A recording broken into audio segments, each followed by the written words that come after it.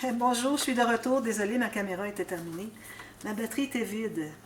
Alors, j'étais en train de coudre ceci. Donc, je vous disais, on garde une bonne longueur ici. Puis ensuite, on va piquer derrière, vers l'intérieur. Et voilà.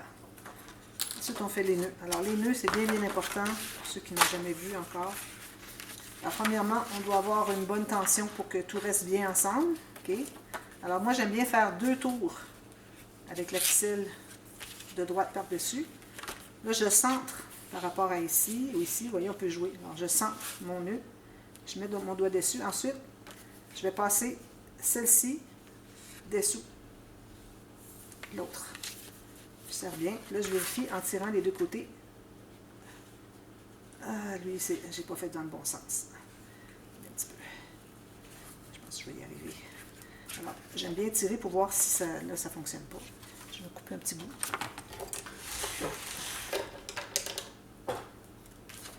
Ici pour tenter de récupérer le maximum. Ici, comme ceci, voilà. Bon, je recommence. Alors, 2 fois par-dessus ici. Je centre ici. Puis, si je le faisais comme ceci, peut-être ça serait mieux. Parce que j'ai le doigt tellement sec que j'arrive pas à faire des nœuds correctement. Comme ceci.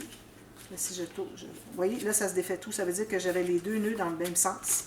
Qui fait que ça ne fonctionne pas. Tout ce que ça fait, c'est que ça fait 2 nœuds autour de la même ficelle. Alors, je fais 2 fois ici. Je centre. Puis, là, je vais passer dessous le fil ici. Puis, je m'assure d'être bien au centre, bien serré. Puis, je fais un autre nœud par-dessus. Alors, vous trouvez vous avez au moins un nœud de chaque côté pour que ça soit bloqué. Alors, ici, vous avez ceci. Vous allez faire la même chose avec l'autre. Je ne le ferai pas avec vous. Puis, ensuite, on met la colle sur l'extérieur de la bande de collage.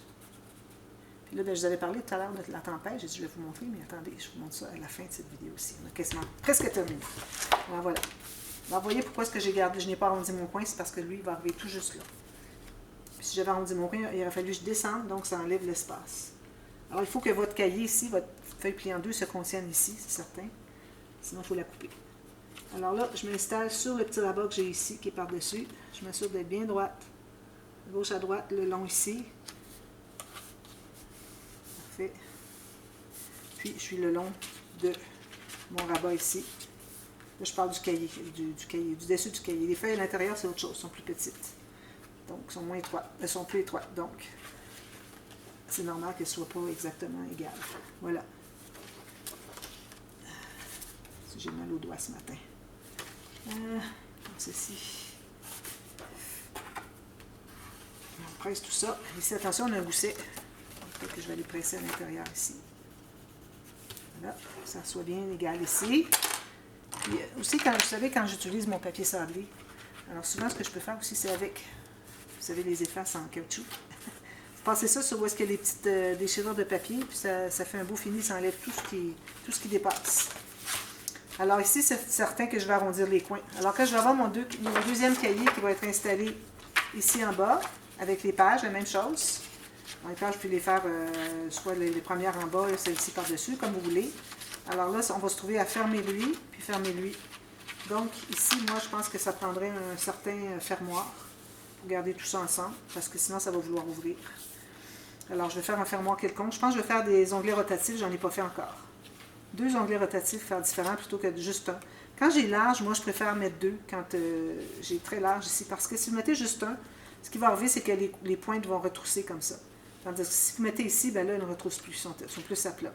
Alors, environ à 4 cm du bord. C'est ce que j'ai ici. Bon, c'est ça. 4 cm ici, 4 cm ici. Onglet rotatif.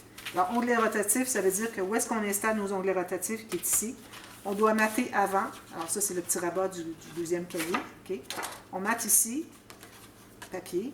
Ensuite, on va calculer à quel endroit on met nos onglets rotatifs. Alors les petits cercles, toujours le trou qui est fait au quart du diamètre du cercle que vous avez, l'onglet rotatif. Alors un quart.